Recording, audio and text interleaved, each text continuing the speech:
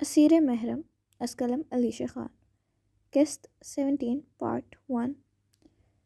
شام ہونے تک کیان خان اور تراب شاہ نے پولیس سے پہلے ہی اپنے وسیع ذرائع اور اثر و رسوخ استعمال کرتے ہوئے ان لٹیروں کو ڈھونڈ نکالا تھا جنہیں اس وقت کراچی کے ساحل کے قریب تراب شاہ کے ذاتی فارم ہاؤس کے ایک تاریک تہ خانے میں قید کیا گیا تھا۔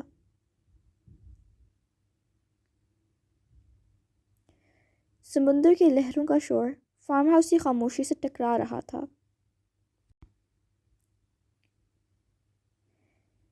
کیان نے دیوار سے ٹیک لگائے سامنے بندھے ہوئے ان تینوں وجود کو حقارت سے دیکھا جو خوف کے مارے بری طرح کانپ رہے تھے۔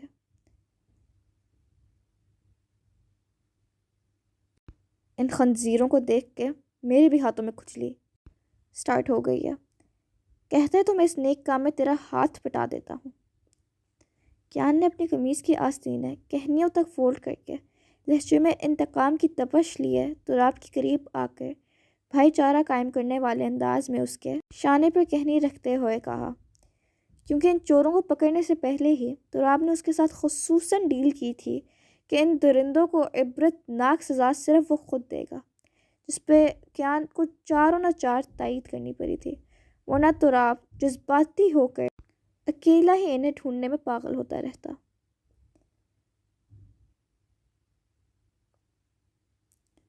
کیا میں تجھے کہیں سے معذور نظر آ رہا ہوں؟ تراب شاہ جو اپنی کلائی سے مہنگی گھڑی اتار کر میز پر رکھ رہا تھا ایک لمحے کو رکا۔ اس نے اپنی تیکھی اور سرخ ہوتی آنکھوں سے کیان کو دیکھ کر لبوں پر ایک سرد اور کاٹدار مسکراہٹ سجا کر اس سے سوال کیا، جس پہ کیان نے برا سا منہ بنا کے اسے گھوری سے نوازا۔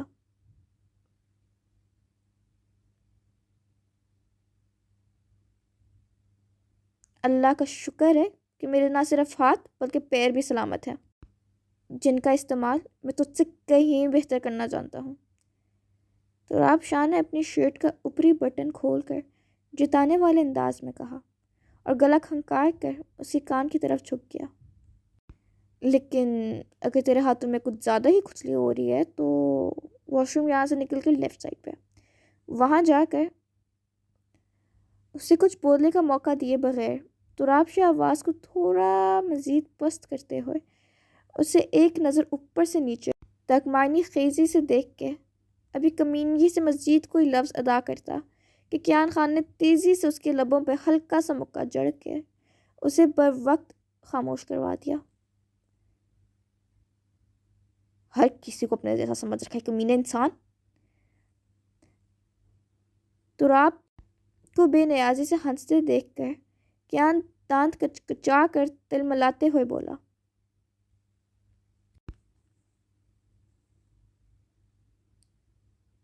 میرے جیسا کوئی بن کے تو دکھائے۔ تراب شاہ جیسا بننے کے لیے جگرا چاہیے ہوتا ہے، جو ہر کسی کی بس کی بات نہیں ہے۔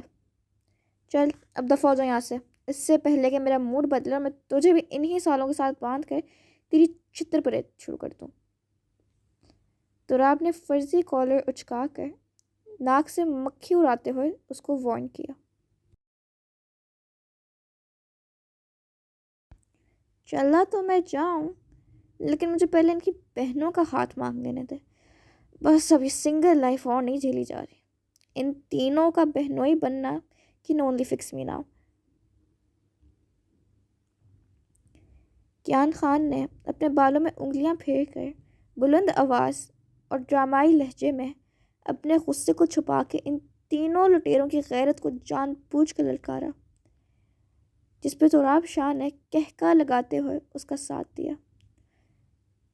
البتہ وہ لٹیرے جن کے لمبوں پہ ٹیپ لگی تھی وہ سرخ ہوتی آنکھوں سے حلق سے گھٹی گھٹی آوازیں نکالنے لگے۔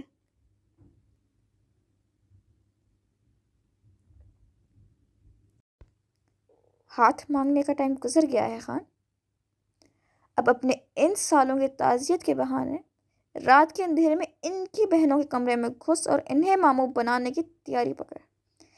انہیں بھی تو پتہ چلے کہ جب رات کے اندھیرے میں کسی کی دہلیز پار کی جاتی ہے تو بدلے میں اپنی عزتیں کتنی غیر محفوظ ہو جاتی ہیں۔ تراب کے یہ غضبناک جملے ان لٹوروں کے لیے کسی جلتے ہوئے کولے سے کم نہ تھے۔ البتہ کیان نے دل میں استغفار پڑھی، لیکن لبوں پہ دل جلانے والی مسکراہٹ سجا کر آئیبرو اچکاتے ان چوروں کی طرف یوں دیکھا جیسے اشارے سے کہہ رہا ہو کہ ابھی گھس جاؤ تم سالوں کے گھروں میں۔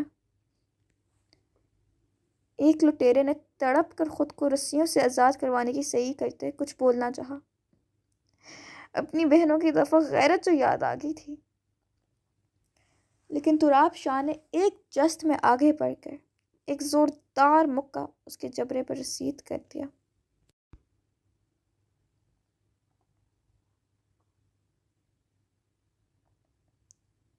کیوں لگ رہی ہے نا آگ؟ تراب چہرہ جھکا کر تیش کے عالم میں دھاڑا۔ ابھی اور آگ لگے گی جب میں تم تینوں کی بیویوں کے کمروں میں اسی طرح گھسوں گا جیسے تم غلیظ درندوں نے میری بیوی کے کمرے میں گھسنے کی جرات کی تھی۔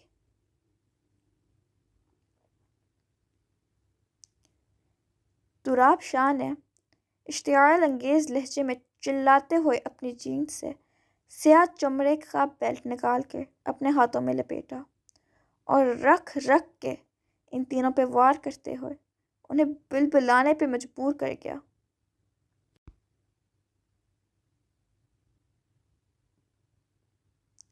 تراب شاہ غصے سے پاگل ہو رہا تھا۔ اسے لگ رہا تھا جیسے اس کے وجود کی سب سے مقدس دیوار پر کسی نے غلاظت اچھال دی ہو۔ اس کے خاندان کی تاریخ میں آج تک کسی کی اتنی ہمت نہیں ہوئی تھی کہ شاہوں کی دہلیز پر میلی آنکھ سے دیکھے، لیکن آج اس کی منقوہہ کے کمرے میں غیر مردوں کا یوں جارحانہ انداز میں داخل ہو جانا اس کے لیے کسی قیامت سے کم نہیں تھا۔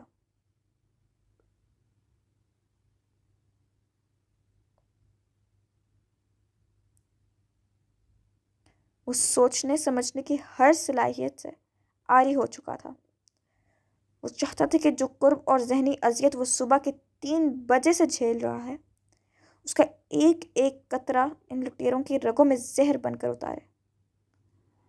وہ انہیں صرف جسمانی اذیت نہیں دینا چاہتا تھا، بلکہ اپنے زہریلے الفاظ سے ان کی روحوں کو بھی اسی تکلیف دہ احساس سے گزارنا چاہتا تھا جس نے تراب کے اپنے سکون کو راکھ کر دیا تھا۔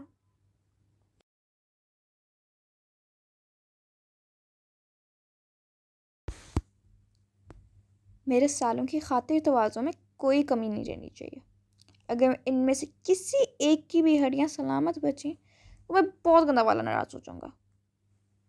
ان کی بہنوں سے کیان خان نے منہ کے زاویے بگاڑ کر مصنوعی خفگی بولتے ہوئے ان چوروں کے چہروں کی غصے سے سرخ ہوتی رنگت کو انجوائے کیا۔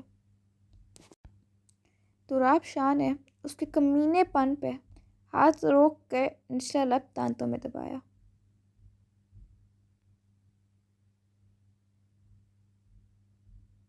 اور ہاں، تم تینوں روئے بغیر تمیز سے ہڈیاں توڑوا لینا، ورنہ یوں نا جب میں ناراض ہوتا ہوں نا تو مجھے شریف انسان سے خالص درندہ بننے میں دیر نہیں لگتی۔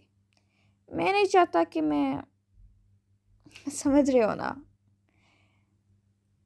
کیان خان نے اپنی چابی ہوا میں اچھال کر کیچ کرتے ہوئے آخری جملہ ذو معنی سے ادھورا چھوڑا اور انہیں سلگتا ہوا چھوڑ کر یہاں سے باہر نکل گیا۔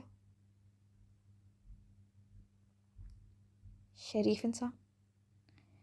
تراب نے اس کے یہ 2 الفاظ منہ میں بغیر آواز کے بڑبڑاتے ہوئے منہ کے زاویے بگاڑے اور اس کی چوڑی پشت کو گھوری سے نواز کے سر جھٹکتا ہوا پھر سے ان لٹیروں کی طرف متوجہ ہو گیا۔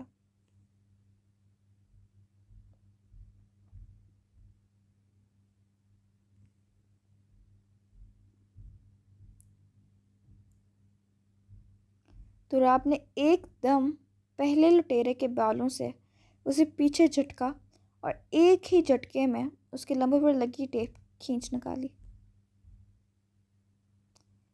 کھال اکھڑنے کی تکلیف سے وہ کرا اٹھا، لیکن تراب کے چہرے پر کوئی تاثر نہیں آیا تھا۔ اس نے جارحانہ انداز میں بقیہ دو کے ساتھ بھی یہی سلوک کیا تھا۔ اب میری بات غور سے سنو۔ تراب نے اپنا چہرہ ان کے قریب کر کے دھیمی مگر دہکتی ہوئی آواز میں انہیں پوری طرح سے اپنی طرف متوجہ کروایا۔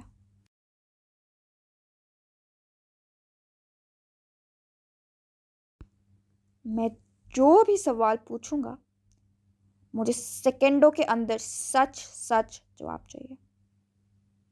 تم تینوں ایک دوسرے کے لیے جواب دو گے۔ اگر کسی کا بھی جواب 3 سیکنڈ کے اندر درست نہ آیا تو سزا تم تینوں کو برابر ملے گی، اور اگر سچ بولتے گئے تو شاید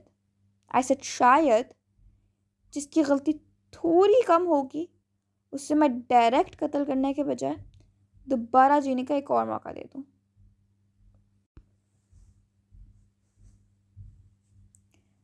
اس نے وحشیانہ انداز میں غراق کر زمین سے لوہے کا ٹھنڈا راڈ اٹھا کے ایک لٹیرے کی تھوڑی کے نیچے ٹکایا تو وہ تینوں ہی خوف سے تھر تھر کانپنے لگے۔ میری بیوی کے کمرے میں گھسنے والا پہلا کون تھا؟ تراب شاہ نے برفیلے لہجے میں پہلا سوال داغ کر ان تینوں کی آنکھوں میں جھانکا۔ اصغر۔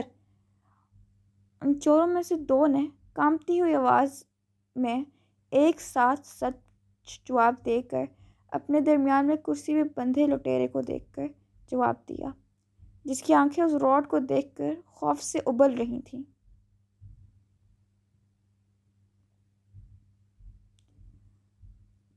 اگلے ہی لمحے تراب شاہ نے بے رحمی سے وہ راڈ اس اصغر نامی لٹیرے کے کندھے پہ پوری شدت سے مار کر اس کی چیخیں نکلوا دیں۔ اسے لگا کہ اس کا پورا جسم مفلوج ہو چکا ہے۔ باقی 2 خوف سے پاگل ہوتے ایک دوسرے سے نگاہوں کا تبادلہ کر رہے تھے۔ انہیں کرسیوں پر رسیوں کی مدد سے اتنی زور سے باندھا گیا تھا کہ وہ ہل نہیں پا رہے تھے۔ دوسرا کون تھا؟ تراب شاہ نے اشتعال انگیز لہجے میں اگلا سوال کیا اور راڈ اپنے دائیں ہاتھ میں گھمانے لگا۔ شانی پہلے سے درد سے کراہتے اصغر کے ساتھ مل کر دائیں طرف بیٹھے لٹیرے نے 1 سیکنڈ بھی ضائع کیے بغیر جواب بالکل سچ سچ بک دیا۔ مجھے معاف۔ شانی سہم کر ابھی معذرت کے الفاظ منہ سے نکالتا کہ تراب شاہ نے اپنی دائیں ٹانگ ہوا میں اٹھا کر اس کے سینے پہ پوری طاقت سے ٹھوکر مارتے اسے کرسی سمیت زمین بوس کر دیا۔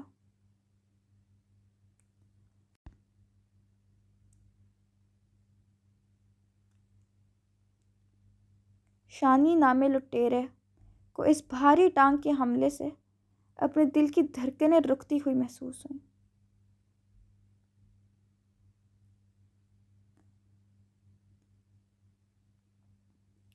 تراب کا وار بہت جاندار تھا۔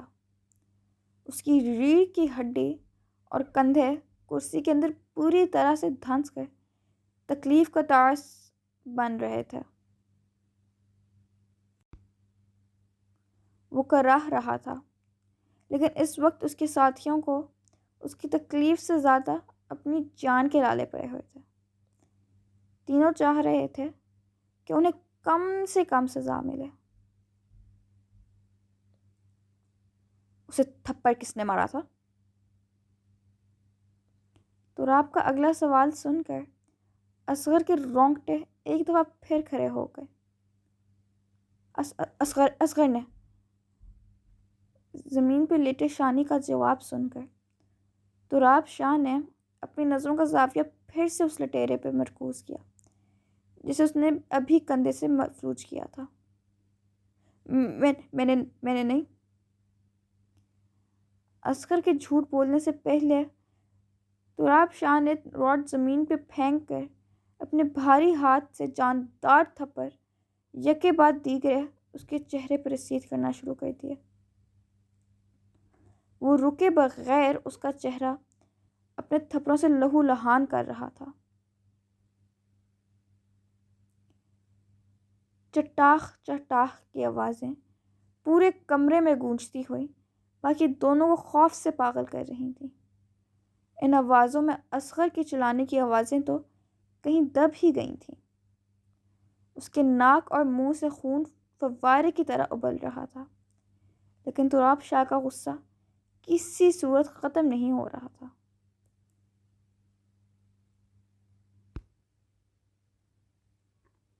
اس کے بال کس نے کھینچے تھے؟ شانی کے چہرے کی حالت بگاڑ کر تراب شاہ نے غصے سے پھولتی سانسوں کے ساتھ اگلا سوال پوچھا۔ اس کے مضبوط ہاتھ ان کے گندے خون سے رنگتے جا رہے تھے۔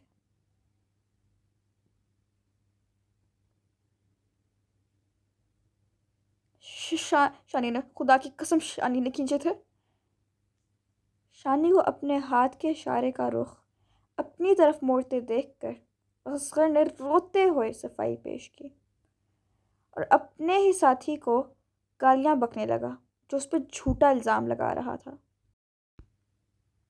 بکواس بند کر کتے، ہم صرف چوری کرنے گئے تھے، اس لڑکی کی طرف دھیان تو نے متوجہ کروایا تھا۔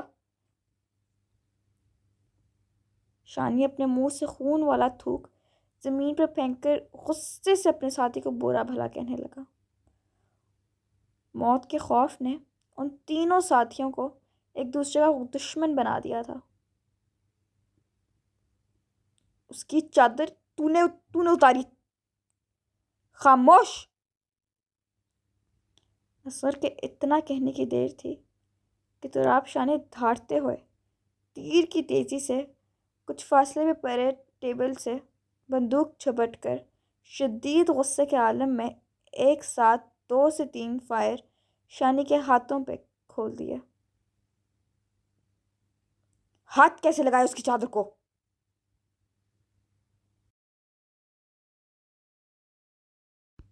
تراب نے حلق کے بل چلاتے ہوئے جان گداز انداز میں اپنا بھاری بوٹ شانی کی شہ پر رکھ دیا۔ شانی مرنے کے قریب تھا۔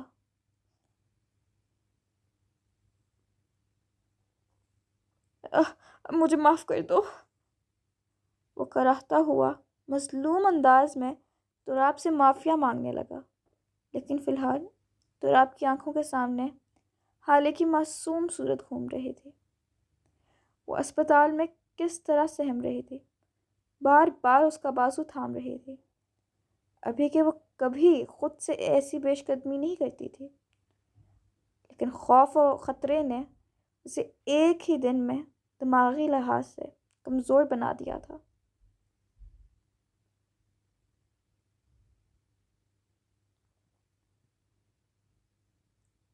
حالے سے اس کی پسند کی شادی نہیں تھی، ان کے درمیان محبت کے وہ دعوے بھی نہیں تھے جو عام طور پر میاں بیوی میں ہوتے ہیں، مگر وہ تراب شاہ کے نکاح میں تھی۔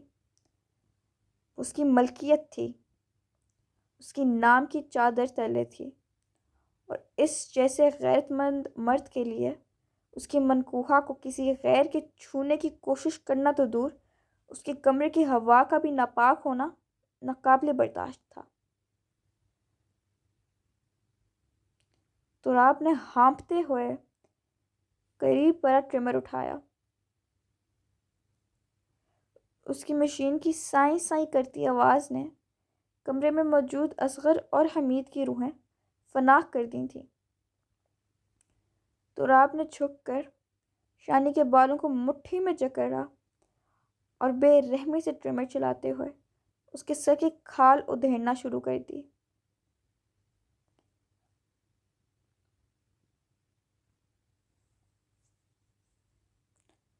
چند سیکنڈز میں شانی کا سر لہو لہان ہو چکا تھا۔ درد سے کراہتا اصغر اور خوف سے کانپتا حمید، جس کی ابھی تک دھلائی نہیں ہوئی تھی، آنکھیں پھاڑے تراب شاہ کا بے رحم روپ دیکھ رہے تھے۔ تراب شاہ کے دماغ میں اس وقت ڈاکٹر کے کچھ الفاظ بار بار گردش کر رہے تھے، جس پر اس نے قہر برساتے انداز میں ان تینوں کو گھور کے اپنی آنکھیں زور سے میچ کر کھولیں۔ گولی کس نے چلائی تھی؟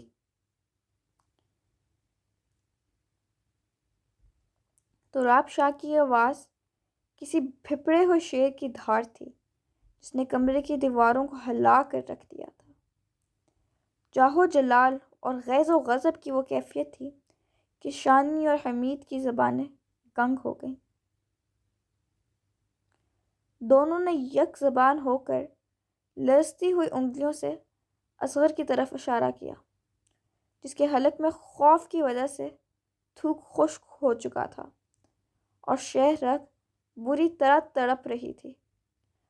ابھی اصغر کی صفائی کے لیے لب ہلے ہی تھے کہ اندھیرے کمرے میں کان پھاڑ دینے والے دو فائر گونجے۔ تراب شاہ نے بغیر پلک جھپکائے پوری صفاقی سے نشانہ اصغر کے پیٹ کے نیچے اس کے وجود کے سب سے حساس حصے پر داغ دیا اور وہ تڑپ کر چلاتا ہوا ہوش و حواس سے بیگانہ ہو گیا۔ تراب شاہ کی نظروں کا رخ اب حمید کی طرف تھا، جو وحشت کے عالم میں آنسو بہانا شروع کر چکا تھا۔ اسے آج تک اتنا ڈر کسی انسان سے نہیں لگا تھا جتنا تراب شاہ سے لگ رہا تھا۔ میں نے اس لڑکی کو دیکھا بھی نہیں تھا شاہ صاحب، میں نے جو سامان چوری کیا تھا میں سارا واپس کرنے کو تیار ہوں، خدا کے لیے مجھے چھوڑ دے، میں نے کچھ نہیں کیا۔ تراب کے کوئی سوال کرنے سے پہلے ہی حمید روتے ہوئے معافیوں اور منتوں پر اتر آیا۔ تراب شاہ نے ہاتھ گھما کر بندوق کا دستہ زور سے اس کے سر پہ مار کے اس کی زبان کو بند کروایا اور بال زور سے مٹھی میں دبوچ کے اس کے چہرہ اوپر اٹھایا۔ کچھ نہیں کیا؟ میری بیوی کے گھر کی دہلیز پھلانگ کر تو بول رہا کہ تو نے کچھ نہیں کیا؟ تراب شاہ نے دھاڑتے ہوئے اس کے بالوں کو تیزی سے جھٹکے دیے اور جاندار مکے حمید کے چہرے پہ جڑنے لگا۔ اصغر تڑپ تڑپ کے بے ہوشی میں جا چکا تھا، یہ شاید اس کی آخری سانسیں چل رہی تھیں۔ البتہ شانی تکلیف سے کراہتا ہوا خود کو رسیوں سے آزاد کروانے کی مزاحمت ترک کرتا تراب شاہ کو حمید کی دھلائی کرتے دیکھ رہا تھا۔ تراب نے حمید پہ ہاتھ کھولا رکھا تھا کیونکہ اس نے حالے کے ساتھ بدتمیزی نہیں کی تھی، بس چوری کی تھی، جس پہ وہ رو رو کر اپنی کچھ مجبوریاں سنا رہا تھا۔ اس لیے تراب نے اسے مکے اور تھپڑ جڑ کے چھوڑ دیا تھا، ورنہ وہ لوہے کے راڈ سے اس کا حشر برا کرنے کا ارادہ بھی رکھتا تھا۔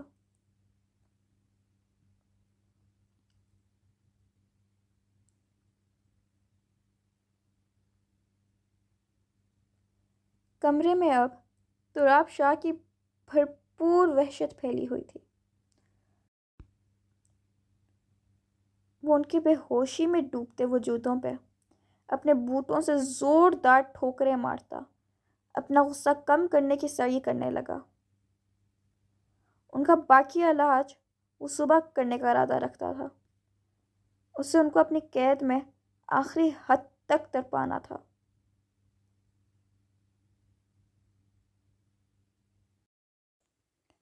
سوری بھائی، آپ پارسل واپس لے جائیں، ایکچولی ہماری فیملی میں ایک ایمرجنسی ہو گئی ہے، سو ابھی کوئی بھی ریسیو نہیں کر پائے گا۔ یہ کوئی تیسرا یا چوتھی کال تھی جس کا نوشہ بالکل سیم جواب دے رہی تھی۔ وہ دل میں شرمندہ بھی ہو رہی تھی۔ ابھی آدھا گھنٹے پہلے وہ حالے سے اسپتال ملنے آئی تھی۔ گھر پہ فرح تو تھی لیکن بہت سے مہمان بھی تھے اور کچھ اس نے یہ آرڈرز بھی کیش آن ڈیلیوری کیے تھے، اس لیے اس نے فی الوقت یہ پارسلز آج کے دن مینشن میں ڈیلیور کروانا ضروری نہ سمجھا۔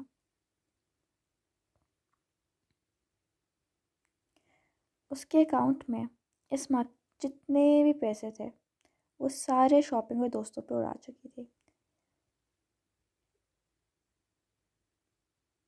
یہ آرڈرز اس نے پچھلے ہفتے ایک ہی دن بیٹھ کے کیے تھے تاکہ اس کی بوریت تھوڑی کم ہو سکے اور پیسے ڈائریکٹ بابا یا لالا سے لے کر دے گی، لیکن اس کو کیا پتہ تھا کہ سب پارسلز بیک ٹو بیک آج کے ہی منحوس دن آ جانے ہیں۔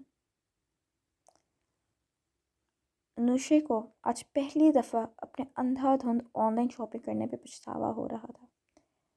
سب پہلے ہی حالے کی وجہ سے دکھی تھے اور ایسے میں اس کو ایسی کال ریسیو کرتے ہوئے شرمندگی ہو رہی تھی۔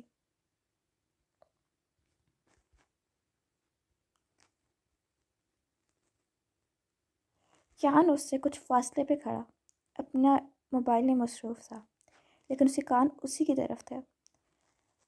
وہ اسپتال آنے سے پہلے نماز پڑھ کے آیا تھا، جبکہ اذہان، عالمگیر شاہ اور ظہیر خان قریبی مسجد میں نماز ادا کرنے گئے تھے۔ انوشا کوریڈور میں ٹہلتی ہوئی پارسل والے بھائی سے معذرت کر رہی تھی، جس سے آج رات شہر سے باہر جانا تھا، اور وہ ریکویسٹ کر رہا تھا کہ یا پارسل آج ہی ریسیو کر لیں۔ دیکھیں بھائی، ٹرائی ٹو انڈرسٹینڈ، میں ابھی انوشا معصومیت سے ہاتھ اٹھا کر اس ڈلیوری بوائے کو مزید کچھ بولتی کہ کیان نے تیزی سے انوشا اور اپنے درمیان کا فاصلہ ختم کیا اور اس کے ہاتھ سے فون پکڑ کے اپنے کان کے ساتھ لگا لیا۔ انوشا نے اس اچانک افتاد پہ حیرت سے آنکھیں پھیلائیں۔ وہ کل سے اسپتال دیکھ رہی تھی، لیکن ان میں گفتگو بالکل نہیں ہوئی تھی، کیونکہ وہ ایک دوسرے کو پرسنلی نہیں جانتے تھے، صرف فیملی سے جانتی تھیں۔ میرا نمبر لکھو اور کراچی کے آغا جان ہسپتال کے گیٹ نمبر 1 پر پہنچتے ہی مجھے کال کرو، میں یہیں پارسل ریسیو کر لوں گا۔ کیان خان نے سنجیدگی سے ڈلیوری بوائے کو ساری بات سمجھا کر اس کی مشکل آسان کی۔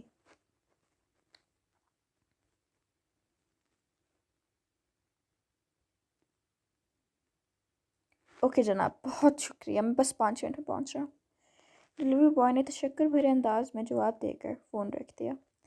اس نے کیان کا حوالہ جاننا اس لیے ضروری نہیں سمجھا تھا کیونکہ اسے لگا کہ انوشا کا کوئی فیملی ممبر ہی ہوگا۔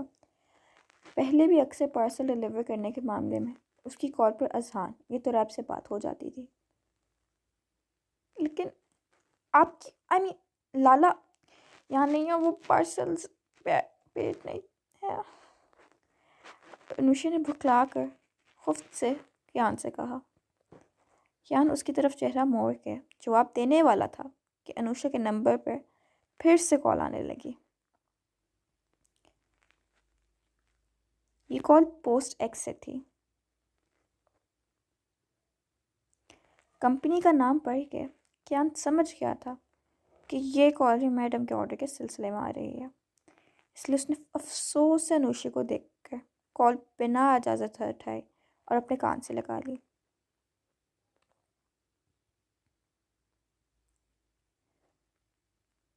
انوشا تو اس کی مداخلت پر عش عش کر اٹھی۔ وہ آخر کس حق سے اس کی فون کال پکس کر رہا تھا؟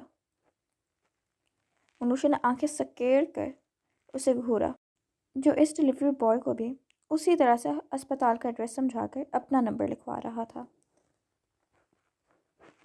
آپ نے انہیں کس کی اجازت سے ہسپتال بلایا ہے؟ میں بول رہی ہوں نا کہ پارسلز کا payment process cash on delivery, اور ابھی لالا یا بابا جان بھی یہاں پہ نہیں ہیں۔ جو ہی کال بند ہوئی، انوشا نے تھوڑا بھڑک کر پریشانی سے بولتے اس کے ہاتھ سے اپنا فون کھینچ لیا۔ یہ تمہیں آرڈر کرنے سے پہلے سوچنا چاہیے تھا۔ ڈلیوری والے نے تمہارے باپ کے ذاتی ملازم نہیں جو تمہارے پارسلز کے پیچھے خوار ہوتے رہے۔ اگر کیش آن ڈلیوری والا پروسیس یوز کر کے اتنا ہی شوق ہے تو پرس میں پیسے بھی رکھنے چاہیے۔ کیان خان نے اپنی ازلی سنجیدہ انداز میں گہرا طنز کرتے ہوئے آنکھیں گھمائیں۔ وہ آج والی ملاقات میں آپ سے تم پہ آ گیا تھا کیونکہ یہ لڑکی عمر میں اس سے کافی چھوٹی لگتی تھی۔ آپ پرسنل اور stay in your limits. Anusha نے چھوٹی سی ناک سکوڑ کر انگشتے شہادت اٹھا کے برہمی سے جواب دیا۔ نیکسٹ ٹائم آرڈرز پہ ہاتھ کھولا رکھو گی تو کوئی بھی پرسنل اٹیک نہیں کرے گا۔ کیان نے اس کی سوجھی ہوئی بری آنکھیں میں جھانک کر تمسخرانہ انداز میں آئی رول کیا۔ آپ کو کیوں تکلیف ہو رہی ہے؟ میرے پرس کا خرچہ آپ اٹھاتے ہیں؟ انوشا نے بے اختیار دانت کھچکچا کر اسے دو بدو جواب دیا۔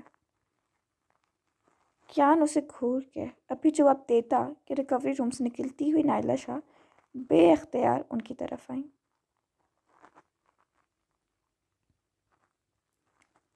وہ ان کے تھوڑی سی گفتگو سن چکی تھیں۔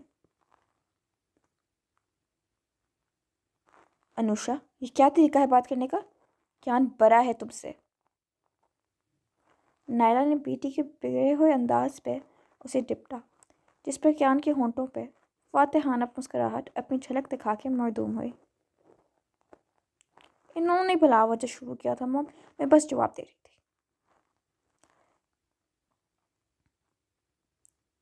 انوشا نے گڑبڑا کر انگلیاں موڑتے ہوئے کہا۔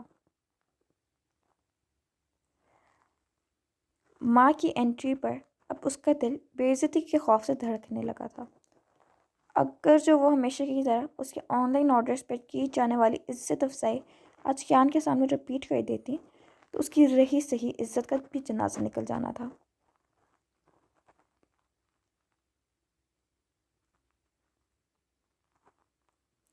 میں تو جسٹ آپ کی بیٹی سے ان کے پارسلز کی اماؤنٹ پوچھا تھا آنٹی، کیونکہ ڈیلیوری بوائے بس راستے میں ہے، لیکن یہ تو لڑنے پہ اتر رہے۔ وہ انوشا کا گڑبڑانا اپنی زیرک نگاہوں سے نوٹ کرتے ہوئے آگ لگانے والے انداز میں کہا۔ کیان سے بہتر کون جان سکتا تھا کہ مائیں اپنی بیٹیوں کو پارسلز کا نام سنتے ہی کتنا ذلیل کرتی ہیں۔ آخر کو اس کی بہنیں بھی تو آئے روز آرڈر کر کے ماں سے کلاس لگوا رہی ہوتی تھیں، ابھی کہ انہیں پیسوں کی کوئی کمی نہیں تھی۔ واٹ؟ کچھ خدا کا خوف کرو، تمہاری بھابھی کی طبیعت اتنی خراب ہے اور تمہیں پارسلز کی پڑی ہوئی ہے؟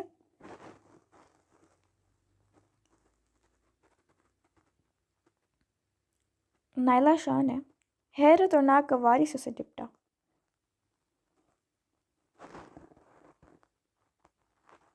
مام، یہ پہلے سے آرڈر کیے ہوئے ہیں، مجھے کیا پتا تھا کہ سب آج اکٹھے آ جائیں گے۔ انوشا نے پہلے تو اچھی خاصی تیکھی گھوری سے کیان کو نوازا، جو ہونٹوں پہ دل جلانے والی مسکراہٹ سجائے اسی کو دیکھ رہا تھا، اور پھر نائلہ شاہ کو دیکھ کر منہ بسوڑتے ہوئے بولی۔ شرم کر لو انوشے، ورنہ میں نے کسی دن تمہیں ڈلیوری والے کے ساتھ ہی رخصت کر دینا ہے۔ وہ خفگی سے اس کو شرم دلانے لگی۔ کیان لب دباتے ہوئے اس سچویشن کو کافی انجوائے کر رہا تھا۔ مام، اب یہ زیادہ ہو رہا ہے۔ انوشا نے چڑ کر انہیں ناراضی سے جواب دیا اور آنکھ کے اشارے سے کیان کی موجودگی کا احساس دلایا۔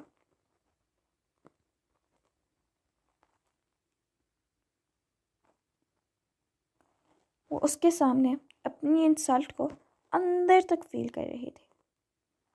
شٹ اپ، ماں کو مت سکھاؤ۔ نائلہ شاہ نے ناک سے مکھی اڑانے والے انداز میں اپنے ایک ہی جملے سے انوشے کو روسٹ کر دیا، جس پہ کیان کو بے ساختہ ہنسی آئی، لیکن وہ سر جھکا کے ضبط کر گیا۔ انوشا نے مٹھیاں بھینج کر ضبط سے آنکھیں میچتے ہوئے کھولیں۔ میں بابا صاحب کی شکایت کروں گی۔ انوشا نے ماں سے بے عزت ہونے کے بعد خفا لہجے میں ہمیشہ والی دھمکی لگا کے پیر پٹ گئے۔ اوہ گاڈ، جیسے میری ٹانگیں کانپ رہی ہیں، بلڈ پریشر بھی لو ہو رہا ہے آئی تھنک۔ نائلہ شاہ اس وقت فل تپے ہوئے موڈ میں آتی انوشا کو سلگا رہی تھی۔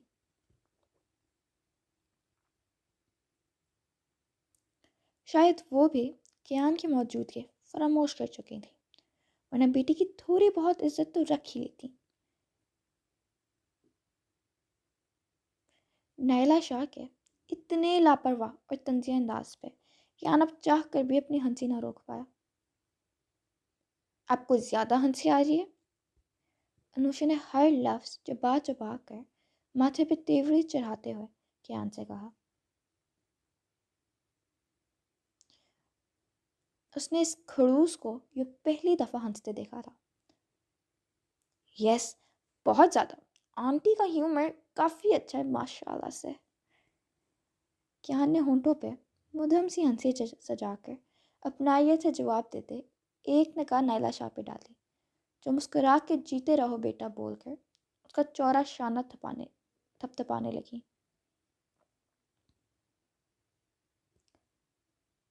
وہ کیان کی پرسنالٹی سے بہت مرعوب نظر آ رہی تھی۔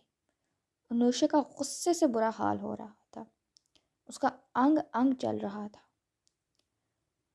بس نہیں تھا کہ اس شادر انسان کی یہ پیاری سی مسکراہٹ اپنے ناخنوں سے نوچ لے۔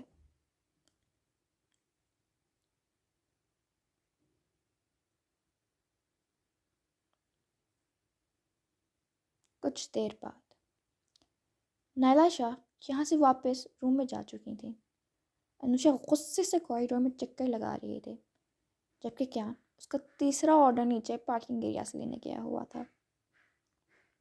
وہ اب تک 2 پارسلز ریسیو کر کے انوشا کے حوالے کرتا اس پہ اچھے خاصے طنز کر چکا تھا، جس پہ وہ بہت تپی ہوئی تھی، لیکن اسے کیان کے لیول کے جواب دینے نہیں آ رہے تھے، کیونکہ انوشا کو کبھی کسی پہ طنز کرنے کی ضرورت ہی محسوس نہیں ہوئی تھی۔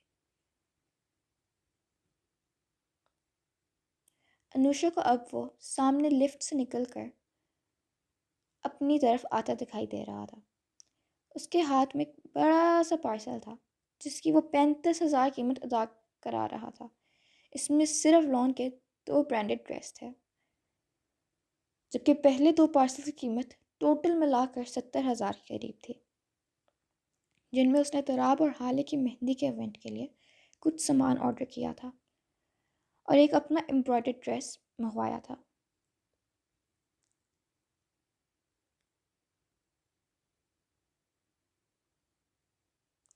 میں نے پارسل ریسیو کرتے ہوئے ڈیلیوری بوائے کو آپ کی مام کا پیغام دیا تھا، وہ آپ کو اپنے ساتھ رخصت کر کے لے جانے کے لیے بالکل تیار ہے۔ پوچھ رہا تھا کہ اگلی دفعہ شیروانی پہن کر آئے یا پرنس کوٹ۔ کیان نے پارسل اس کے حوالے کرتے ہوئے جان بوجھ کر جھوٹ بولتے ہوئے انوشا کو اور سلگایا۔ اس کی معصوم شکل پہ غصے کے تاثرات کیان کو مزہ دے رہے تھے۔ What really? انوشا نے حیرت سے منہ کھول لیا، اس پہ کیان نے مزے سے سر کو خم دیا۔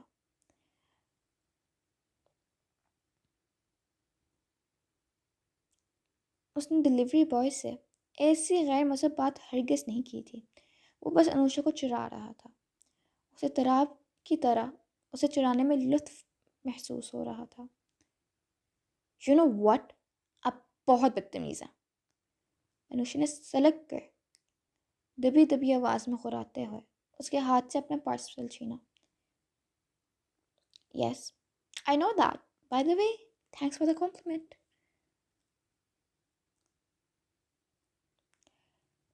کیان نے اپنی ڈارک گرین آنکھوں میں مصنوعی سنجیدگی لیے انوشا کا شکریہ یوں ادا کیا جیسے انوشا نے اس کی تعریفیں پھول پروئے ہوں۔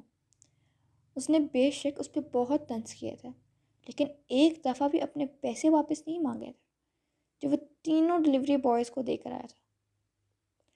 بس لالا یا بابا آ جائے پھر میں ایک ہی دفعہ آپ کا یہ ادھار آپ کے حوالے کرتی ہوں، منہ پہ مارتی ہوں، زیادہ چوڑے ہونے کی ضرورت نہیں ہے۔ انوشا نے اس کی بے نیازی پہ کلس کر برہمی سے جتایا۔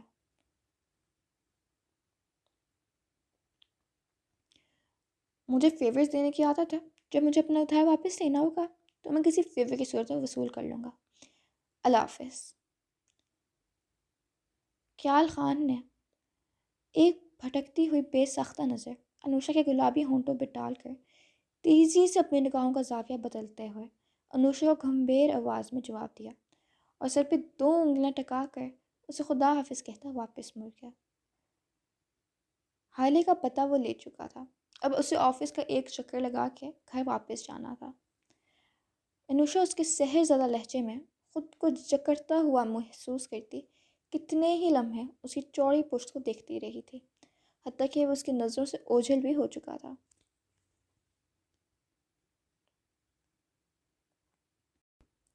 ایک ہفتے بعد حالی کے گھر پہ ہوئی واردات کی وجہ سے شادی کے فنکشن آگے کر دیے گئے تھے۔ وہ آج ہی ذہان کی گاڑی میں اسپتال سے ڈسچارج ہو کر نائلہ شاہ اور صبیحہ خان کے ہمراہ مینشن آئی تھی۔ نائلہ شاہ نے تو فی الوقت شادی کینسل کرنے کا بھی سوچ دیا تھا تاکہ ان کے بچوں کو حاسدین کے مزید نظر نہ کھا جائے، لیکن تراب نے حتمی انداز میں اپنی زبان سے یہ کہہ کر سب کو حیران کر دیا تھا کہ وہ امریکہ جانے سے پہلے رخصتی ہر صورت کر کے حالے کو اپنے ساتھ لے کر جائے گا۔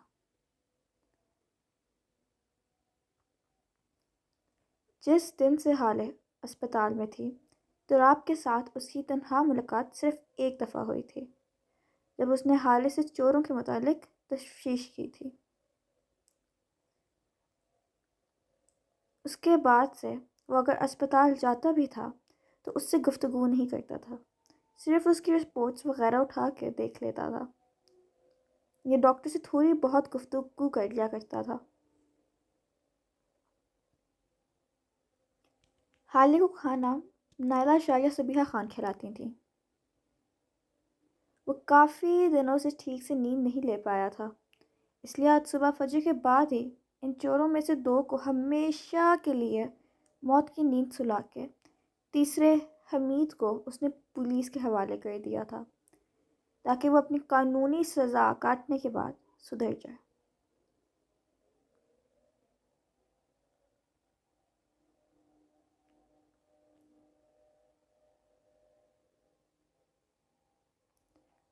اصغر اور شانی کو اس نے اس لیے دوسرا چانس نہیں دیا تھا کیونکہ انہوں نے اس کی بیوی کی عزت پہ ہاتھ ڈالنے کی کوشش کی تھی۔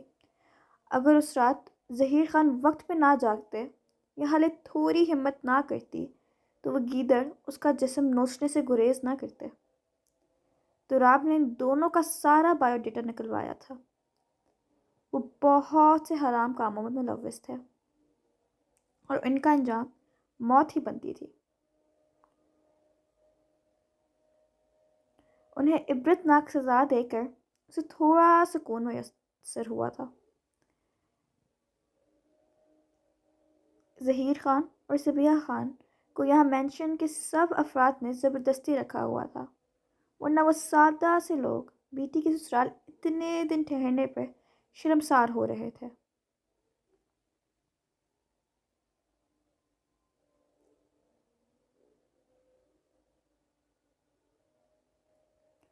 حالہ پہلے سے بہتر تھی، زخم بھر رہا تھا لیکن وہ تھوڑی کمزور نظر آ رہی تھی۔ نائلہ شاہ نے ان دونوں اس کو ایک کھانے پینے کے بے حد خیال رکھا تھا اور باقاعدگی سے اس کا صدقہ اتارتی رہی تھیں۔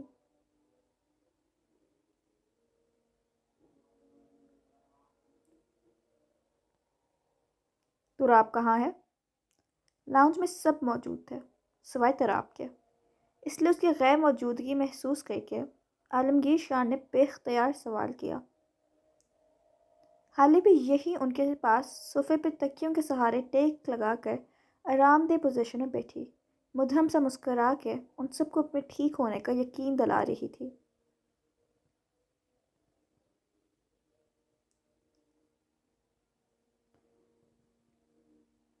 تراب کے ذکر پہ اس کی دھڑکنیں بے ترتیب ہوئی تھیں۔ اس نے کل سے انہیں نہیں دیکھا تھا۔ لالا سو رہے ہیں؟ انوشا نے ایک نظر وال کلاک کی سوئیوں پہ ڈال کر لب دباتے ہوئے جواب دیا۔ دوپہر کے 3 بج رہے تھے۔ یہ کوئی وقت ہے سونے کا؟ اسے نیچے بلاؤ۔ عالمگیر شاہ ناگواری سے نائلہ شاہ کو دیکھ کر بولے۔ سونے دیں لالا، کتنے دنوں سے وہ اسپتال کے چکر مار رہا تھا، بہت خیال رکھا ہے اس نے ہمارا، راتوں کو ہمیں زبردستی گھر بھیج کے وہ خود کوریڈور میں جاگتا رہا ہے، اسے نیند پوری کرنے دیں۔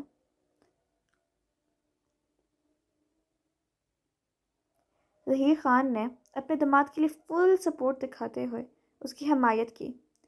حالے جو نظریں جھکائے اپنی انگلیاں موڑ رہی تھی، اپنے باپ کے یہ الفاظ سن کر وہ حیرت سے ان کی حرکت روک گئی۔ کیا وہ واقعی ساری رات کوریڈور میں جاگتا رہا تھا، صرف اس کی رکھوالی کے لیے؟ حالے اس بات سے بے خبر تھی کیونکہ اس کے ساتھ صبیحہ خان سوتی تھیں، تو رات تو ساری رات اندر آتا ہی نہیں تھا۔ ارے یہ کیسی ناممکن باتیں کر رہے ہیں آپ انکل؟ ان کے ہوتے ہوئے میری نیند بھلا کیسے پوری ہو سکتی ہے؟ اب بھی کوئی کچھ بولتا کہ تراب شاہ کی بھاری آواز لاؤنج کی دیواروں سے ٹکرائی، جس پہ سب نے ہی سر اٹھا کے اس کی جانب دیکھا۔ وہ سیاہ رنگ کے نائٹ سوٹ میں ملبوس تھا، چہرے پہ تازہ پانی کی چھینٹیں ماری ہوئی تھیں، کچھ بوندیں اس کے ماتھے سے نیچے ٹپک رہی تھیں تو کچھ گھنی بیئرڈ میں جذب تھیں۔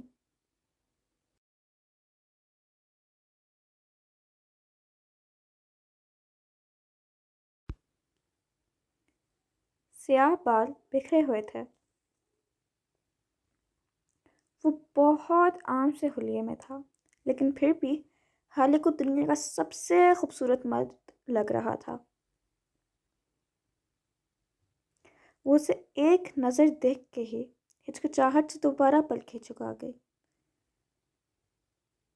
تراب اس دوران اسے نہیں دیکھ رہا تھا۔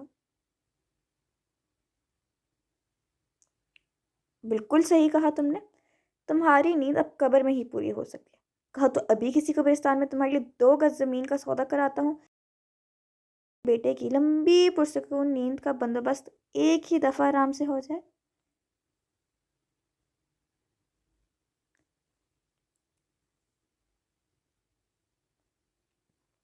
عالمگیر شاہ نے کپ میز پر رکھا اور صوفے کی پشت سے ٹیک لگا کر بے نیازی سے اس کی عزت افزائی کی۔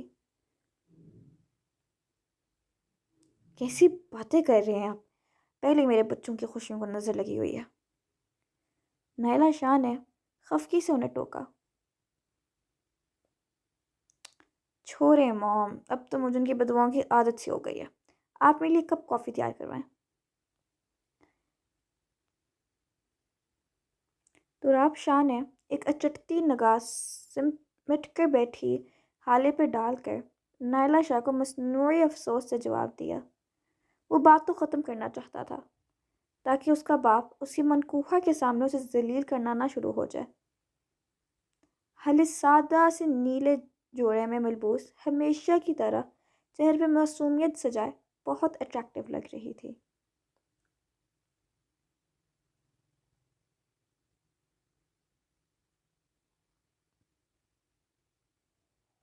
اللہ نے ہاتھ پیر کس لیے دیے ہیں؟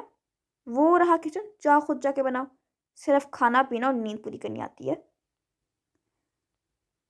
عالمگیر شاہ نے اسے زچ کرنے سے ابھی بھی باز نہ آئے۔ ہاتھ پیر تو اللہ نے خیر سے آپ کو بھی دیے ہوئے ہیں، پھر آپ کیوں شازیہ کے ہاتھ کی چائے پی رہے ہیں؟ کیا مطلب آپ کو بھی میری طرح صرف کھانا پینا اور نیند پوری کرنی آتی ہے؟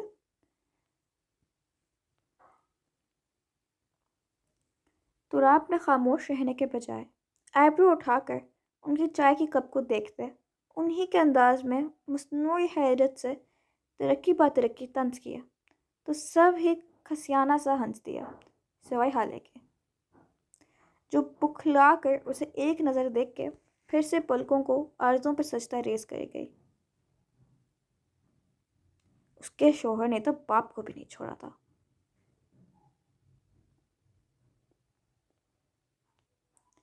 شٹ اپ، آج اتنے بڑے محل میں میری وجہ سے کھڑے ہو تم۔ اگر میں بھی اپنی جوانی میں فارغ وقت کو تمہاری طرح یوٹیلائز کرنے کے بجائے نیند پوری کرتے رہتا تو آج تم فٹ پاتھ پہ ہوتے۔ عالمگیر شاہ پہلے تو بھکلائے لیکن پھر ساتھ ہی سنبھل کر اسے احسان جتاتے ہوئے ڈپٹا۔ فٹ پاتھ پہ؟ ریئلی؟ آئی مین دادا جان جدی پشتی کنگال تھے یا فروٹ کی ریڑھی لگا کے مشکل سے آپ کا پیٹ پالتے تھے؟ تراب نے معصومیت اور حیرت سے اپنے ماتھے پر ہاتھ رکھا کہ آدگی سے سوال کیا۔ سب نے مشکل سے ہنسی دبائی۔ تو مطلب آپ بچپن میں فٹ پاتھ پر سوتے تھے؟ رائٹ۔ اور پھر ایک رات آپ کو الہام ہوا کہ عالمگیر اٹھو اور سیمنٹ کی بوریاں اٹھانا شروع کرو۔ اگر آج تم نے اپنی نیند کو قربان کر کے اس قیمتی وقت کو اینٹیں دھونے میں یوٹیلائز نہ کیا تو کل کو تمہارے بچے بھی اسی طرح فٹ پاتھ پہ سوئیں گے۔ تراب شاہ نے انہیں بولنے کا موقع دیے بغیر آنکھوں میں بے حد ہمدردی لیے نقلی حیرت سے ہر لفظ منہ سے ادا کیا تو نائلہ شاہ اب کی دفعہ چاہ کے بھی اپنی ہنسی نہ روک پائیں۔ اذہان شاہ اور ظہیر خان مسکراہٹ دبا رہے تھے۔ کتنی مشکلوں سے آپ نے اکیلے یہ محل بنائے گا ویسے، اور میں تو امریکہ میں اسمگلنگ کا بزنس کر رہا ہوں نا۔ وائٹ پیلس بھی مجھے جیتا پاکستان سے انعام میں ملا تھا۔ تراب شاہ کی طنزیہ سوال ختم ہونے کا نام نہیں لے رہے تھے۔ عالمگیر شاہ نے گھور کر اپنی ذلیل اولاد کو دیکھا جو انہیں کھڑے کھڑے اپنی کامیابی گنوانا شروع ہو گیا تھا۔ قسم خدا کی آپ کی اتنی اسٹرگل سن کر میری آنکھیں نمکین پانیوں سے بھر جاتی۔ میں آپ کے ہاتھ چوم لیتا، آپ کے پیروں سے سر نہ اٹھاتا اگر جو میں نے بچپن میں اپنی ان گناہ گار آنکھوں سے دادا جان کو اپنا سب کچھ آپ کے نام کرتے نہ دیکھا ہوتا۔ عالمگیر شاہ کا سرخ ہوتا چہرہ دیکھ کے تراب شاہ نے جھک کر سینٹرل ٹیبل پہ پڑی فوڈ کی باسکٹ سے ایک لال سیب نکال کر دانتوں میں کترتے ہوئے اپنے بائیں ہاتھ سے باپ کی دور سے ہی بلائیں لی تو اب کی دفعہ سب ایک ساتھ ہنس دیے۔ حالی کو بھی ہنسی آ رہی تھی لیکن وہ اپنے سسر کے احترام میں ہونٹ بھیجے ہوئی تھی۔ انہوں نے میرا حق میرے نام کیا تھا، ذرا بکواس نہ کرو۔ عالمگیر شاہ دانت کچکچا کے سلگ اٹھے۔ وہ اب حقیقتاً اسے چھیڑنے پہ پچھتا رہے تھے کیونکہ وہ تو منہ سے فائرنگ کرنے پہ اتر آیا تھا۔ اوہ، تو فائنلی اب یہ موٹیویشنل سٹوری فٹ پاتھ سے نکل کر جدی پشتی حق پر آ ہی گئی ہے۔ شکر ہے بابا جان، ورنہ میں تو سچ مچ میں سیمنٹ کی بوریوں کا آرڈر دینے والا تھا تاکہ آپ سے ایسا ایک اور شاندار محل بنوا کے آپ کو پرانی یادیں تازہ کرنے کا موقع دے سکوں۔ آخر کو میں آپ کو اسپیشل فیل نہیں کرواؤں گا تو کون کروائے گا؟ تراب شاہ سیب چباتے ہوئے آنکھیں مٹکا کر لہجے میں باپ کے لیے بے حد محبت سے موقع بولتا حالی کی دائیں طرف جا کے بیٹھ گیا کیونکہ فی الحال ایک وہی جگہ خالی تھی۔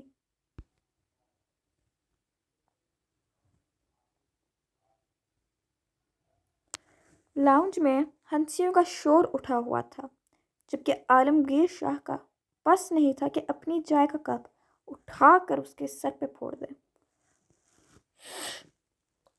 اس کو سب کے سامنے اپنے قریب بیٹھتے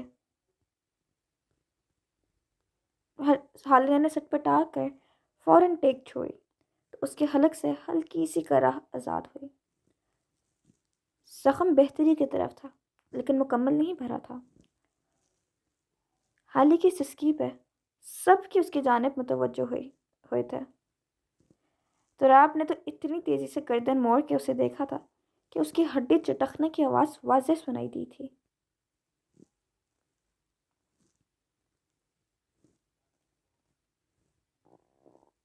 کیا ہوا بیٹا؟ نائلہ شاہ نے پریشانی سے پوچھا۔ تراب اتنے فاصلے سے تو ضرور بیٹھا تھا کہ ان کی باڈی ٹچ نہ ہو سکے، پھر شاید اسے اچانک ٹیک چھوڑنے کی وجہ سے درد اٹھا تھا۔ یہاں پر کیوں بیٹھی ہوئی ہو؟ شکتیمان کی بہن ہو تم جو اس زخم کو اتنا لائٹ لیا ہوا ہے۔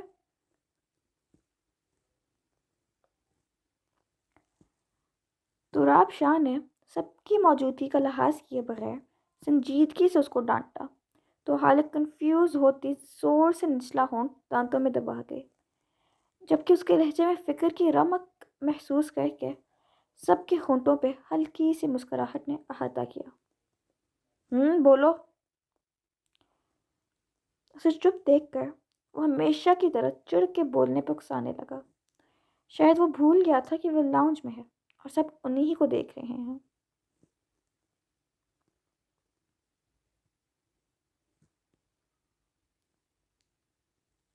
نہیں نہیں تو حالیہ نے روحانسی انداز میں زور زور سے نفی میں سر ہلایا۔ اسے بے حد شرم آ رہی تھی اور خود پہ غصہ بھی تھا کہ کیا ضرورت تھی اتنی سی تکلیف پہ کرانے کی۔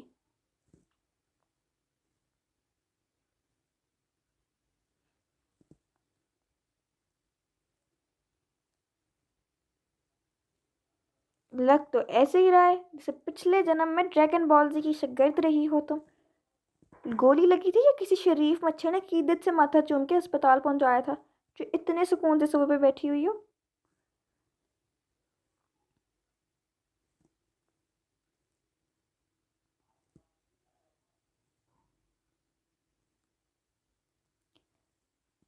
تراب شاہ میں نہ جانے کون سی روح آ گئی تھی جس نے صبح اٹھتے ہی اپنے تانوں سے سب کا جینا حرام کر دیا تھا۔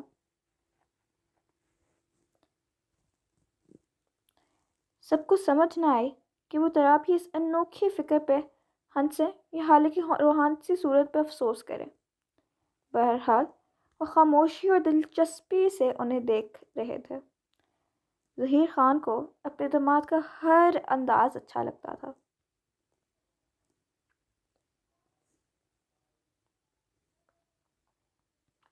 انہیں ہنسی آ رہی تھی لیکن وہ ضبط کر رہے تھے۔ تو کیا کروں؟ حالیہ نے خفگی سے اٹکتے لہجے میں بالآخر سوال کر ہی لیا کہ وہ چاہتا کیا ہے۔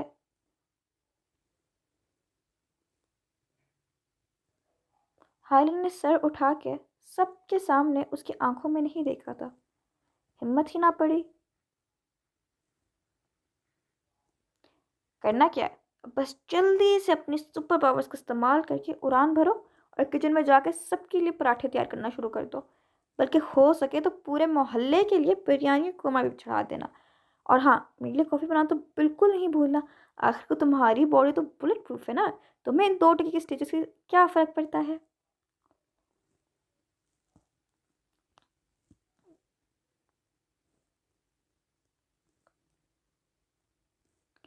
تراب شاہ نے سیدھے منہ جواب دینے کے بجائے سنجیدگی سے ریلیکس انداز میں طنز پہ طنز کیا تو عالمگیر شاہ نے برداشت کھو کر اپنے پاس پڑا کوشن اٹھا کے تراب کے منہ پہ مارا جو زیادہ اوور ہو رہا تھا۔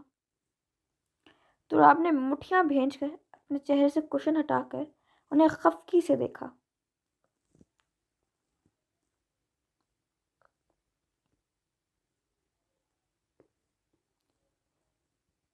حالیہ نے منہ کھول کر اپنے سسر کو دیکھتے ہوئے تھوک نکلا۔ اسے لگا کہ تراب اس بات کا بدلہ بھی اس کے تھپڑوں میں اضافہ کر کے لے گا۔ تمیز سے بات کرو میری بہو سے، اتنی ہی فکر ہو رہی ہے تو زبان کے بجائے بازوؤں کا صحیح استعمال کر کے اسے اٹھاؤ اور اندر پیٹ پہ جا کے لٹا دو تاکہ حالت سکون سے بیڈ ریسٹ کر لے۔ اور ہاں، ہو سکے تو اپنی بیمار بیوی کے لیے مٹن کی یخنی بھی بنا لینا تاکہ اس کا زخم جلدی ہیل ہو جائے۔ عالمگیر شاہ نے بنا لحاظ کے تراب کو اچھا شوہر بننے کی فٹ ٹپس دیں تو حالے کا چہرہ پل میں لال کندھاری ہوا۔ ظہیر خان کو اب حقیقتاً اپنی معصوم بیٹی پر ترس آنے لگ گیا تھا جو اتنے اوپن ماحول کی عادی نہیں تھی۔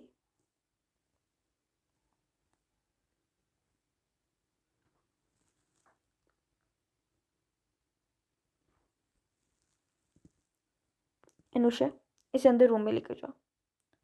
تراب شاہ نے ان کی نصیحتوں پر کان دھرنے کے بجائے شرم سے دوہری ہوتی حالے کو ایک نظر دیکھ کر سنجیدہ لہجے میں بہن کو حکم دیتے سے پھر سے دانتوں میں کترنا شروع کر دیا۔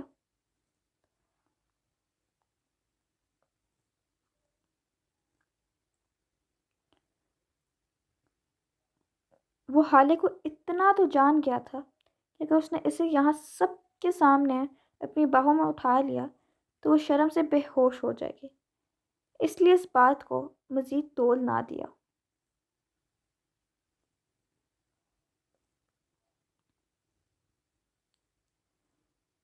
جی لالا۔ انوشا جو کب سے انہیں مسکرا کے دیکھ رہی تھی، اپنے لالا کے حکم پہ فوراً اپنی جگہ سے اٹھ کر حالے کی طرف آئی اور اسے سہارے دے کر اٹھانے لگی، جو یہاں صوفے بیٹھنے پہ جی بھر کے پچھتا رہی تھی۔ باقی سب لبوں کے کناروں میں مسکان دبا رہے تھے۔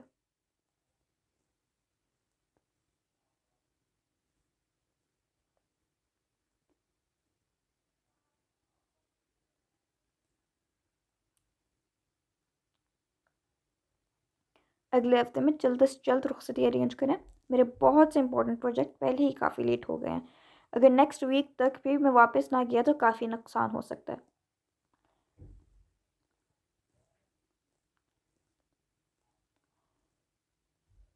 تراب شاہ نے متوازن لہجے میں بنا کسی جھجک کے ان سب کی طرف ایک نگاہ ڈال کے فیصلہ کن انداز میں کہا، تو اس کے منہ سے براہ راست رخصتی کا ذکر سن کر انوشا کے ساتھ چلتی حالے کا حلق منہ کو آیا۔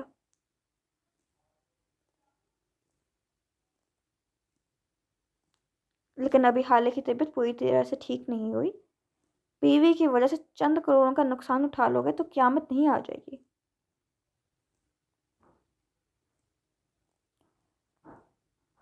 عالمگیر شاہ بنا کسی توقف کے بے نیازی سے گویا ہے۔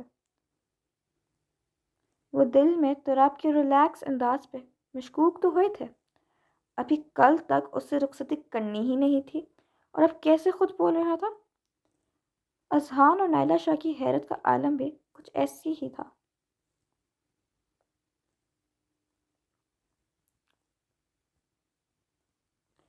انوشا آہستگی سے حالے کو سامنے والے روم کے دروازے تک لے جا چکی تھی، البتہ ان دونوں کے کان ان باتوں کی طرف ہی تھے۔ نہیں، اتنا نقصان کیوں اٹھانا ہے بھائی صاحب، حالے پہلے سے بہتر ہے، اگلے ہفتے میں سب ہو جائے گا انشاءاللہ۔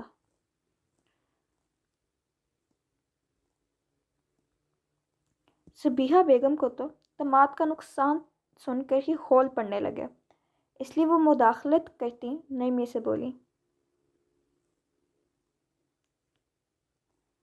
اینی ویز میں شاور لینے جا رہا ہوں، آپ سب اس ٹاپک پہ ڈسکشن کر لیں۔ تراب اپنا فیصلہ سنا چکا تھا، اس لیے کندھے اچکا کر لاپرواہی سے بولتا صوفے سے اٹھ کے ایک آخری نگاہ حالے کی پشت پہ ڈال کر سیڑھیوں کی جانب بڑھ گیا۔